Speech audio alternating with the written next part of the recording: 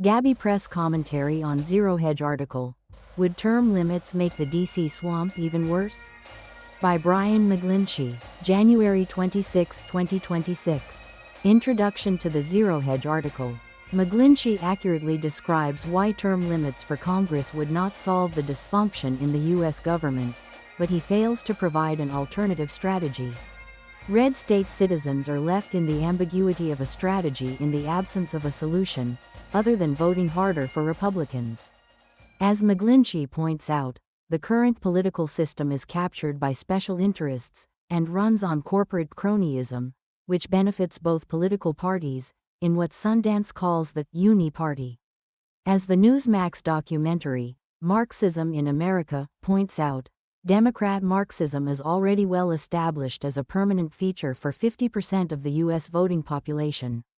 Newsmax states, cultural Marxists aim to gain ultimate power and radically change the United States forever.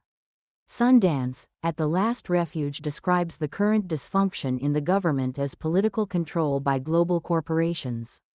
If global trade drops and we, global corporations, lose control, the solution to centralized political power is state sovereignty decentralization. The solution to totalitarian global corporate economic control is decentralized entrepreneurial market exchange, in 250 metro regions of the U.S. Neither decentralization solution is possible because Madison's defective two-party political system has been captured by the Uni Party, leaving red state citizens with no political party to represent their interests. Excerpts from ZeroHedge article, quote, federal incumbents who sought re-election had a 98% success rate in 2024, 84% of congressional seats are safe seats, where party control isn't in question, and the real election happens in the party primary. Even term-limited legislators would continue spending substantial time on party fundraising. Each party ties committee assignments to how much money a legislator raises for the party. The numbers are big. Between 2023 and 2024, Democratic Party members were expected to raise between $100,000 and $30 million per year in dues to the party to move up in the House chamber.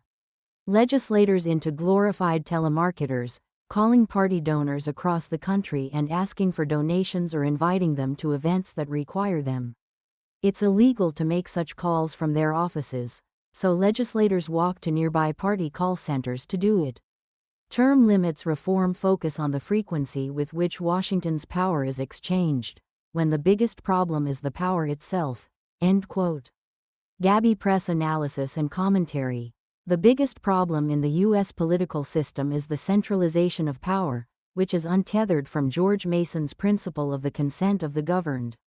As Gabby Press explained in Ending the Predatory Corporate Capitalist War on the American Middle Class, the American entrepreneurial alternative to totalitarian corporate globalism, the global corporations of the WEF were successful in installing an illegitimate, imbecile puppet in 2020, when they overthrew the representative republic.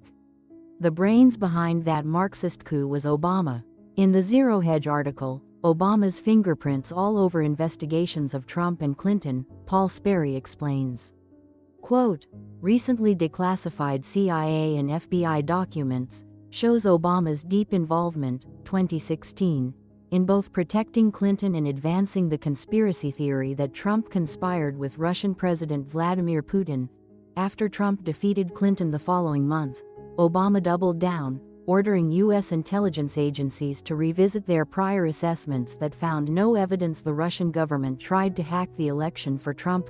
Trump leveled similar allegations last year, even going so far as to accuse the 44th president of treason.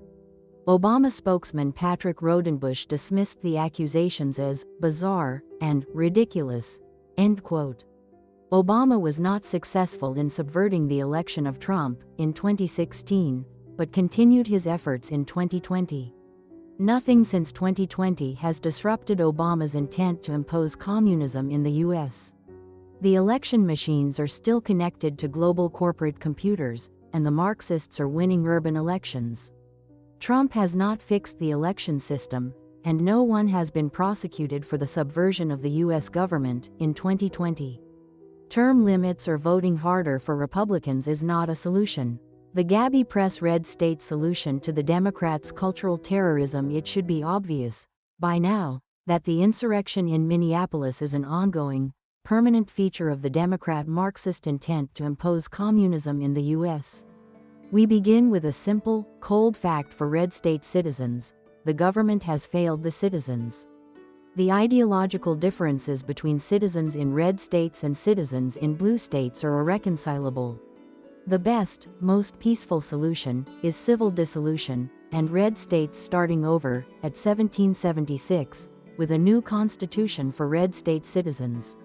Trump is not going to rescue red state citizens because Trump does not have a political machine to support him. As Sundance accurately points out about the power of the Uni Party, Democrats seek total political control.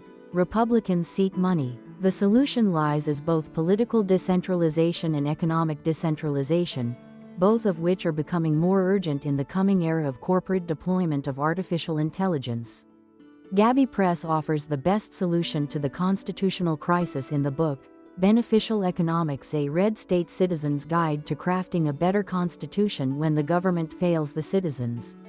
Our intent in writing the book is to move beyond simple platitudes or superficial political analysis in order to educate red state citizens about what steps must be taken to preserve the concept of individual liberty. Our major conclusion for red state citizens is that it is their moral responsibility to create a new government because this current government has failed and is beyond repair or redemption. About Gabby Press. Gabby is short for the Great American Business and Economics Press. Gabby is the imprint publisher of books and blogs about topics related to American economic liberty and how fair constitutional rules create mutually beneficial financial outcomes for middle and working class citizens. Our website offers an educational gathering place for ordinary common red state citizens to prepare for the urgent issues that confront the economic and political reality in the U.S. today. We offer free educational PowerPoints at our website.